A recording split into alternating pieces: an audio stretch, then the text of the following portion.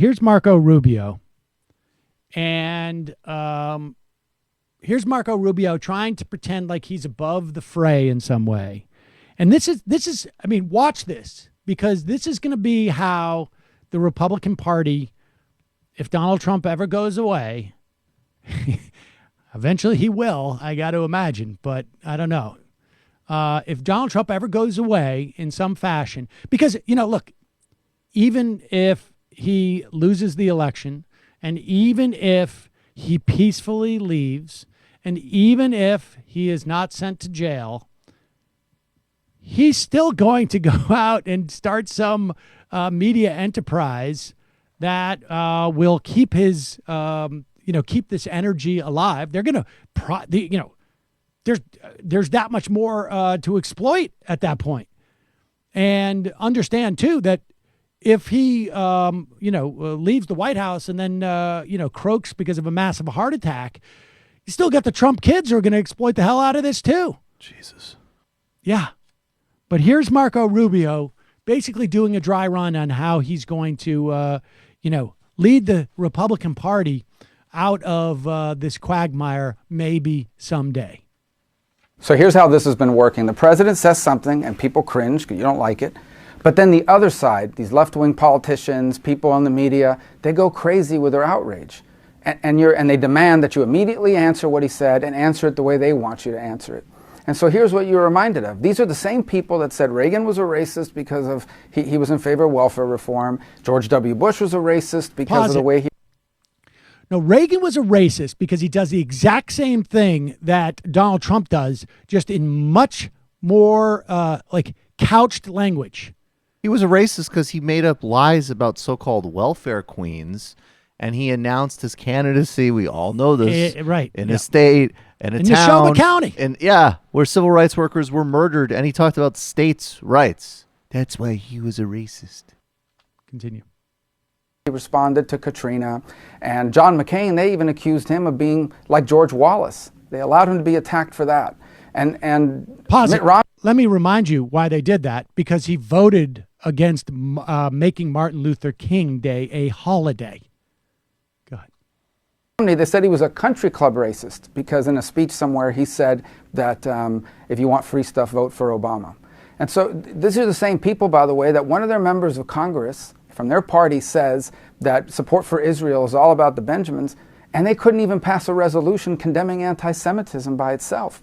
But it took them less than 72 hours to pass a resolution condemning the President of the United States tweet as racist. And even in the media, Obama says we can't let people across the border, and nobody says anything. A Republican says it, and it's white nationalism. So the hypocrisy, the self-righteousness outrages people too. And on top of it, you have these four members who are Americans. No one should question that they are fully as American as me or anybody else. But they're also political bullies. They go around attacking people, calling other Democrats just like Southern segregationists. But when you hit them back, it's because they're women of color. And so they hold a press conference saying we shouldn't be talking and dividing people on the basis of race or ethnicity. But then they go on to say, by the way, if you disagree with us, you're a white nationalist and you're a racist. So it's absurd. People are tired of this game. You have to immediately respond, pick a side between these two. It's a game I'm not going to play. It's distracting us from the important things that this country needs to be focused on, and I'm not playing this game anymore. Like he's... That is the most gutless version of trying to look like you have balls I've ever seen in my life. You know what I'm going to do? I'm not going to take a stake in anything. How about that? That is the equivalent of the Ted Cruz, like, listen to me, Donald Trump. You don't call my wife those things. And will I support him? I said he's horrible. I'll support him, yeah. First of all, a whole bunch of racist shit isn't racist. Second of all, lie about Elon, and that's not cool what Donald Trump did. I want to address this because this keeps coming up. This is the leveraging of anti-Semitism by guys like Marco Rubio. There are two comments that Ilhan Omar made that basically have morphed into anti-Semitism. One is that the reason why these people, specific lawmakers, were supporting and voting in favor of, extended rights for Israel in the context of our political system, all about the Benjamins, which is identical what Thomas Friedman said about support from Israel coming in and money coming in from AIPAC. Identical. Slightly different. Thomas Friedman was more explicit, but identical.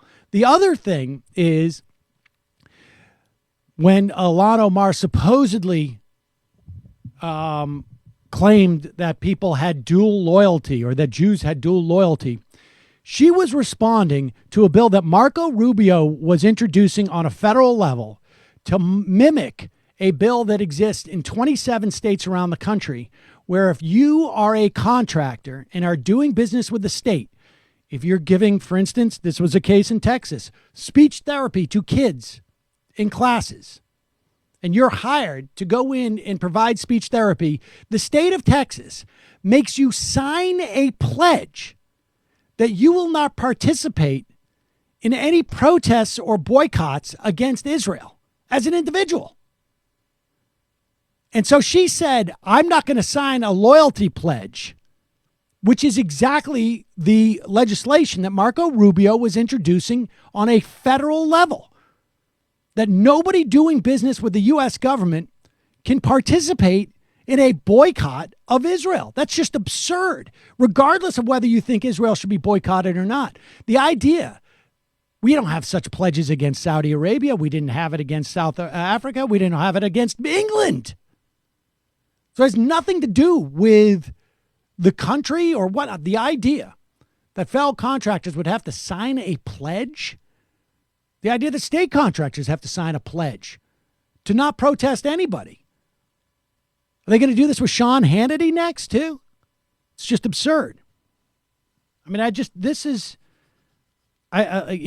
again, I just wish there was a Jew Pope somewhere, but apparently there's not. But available.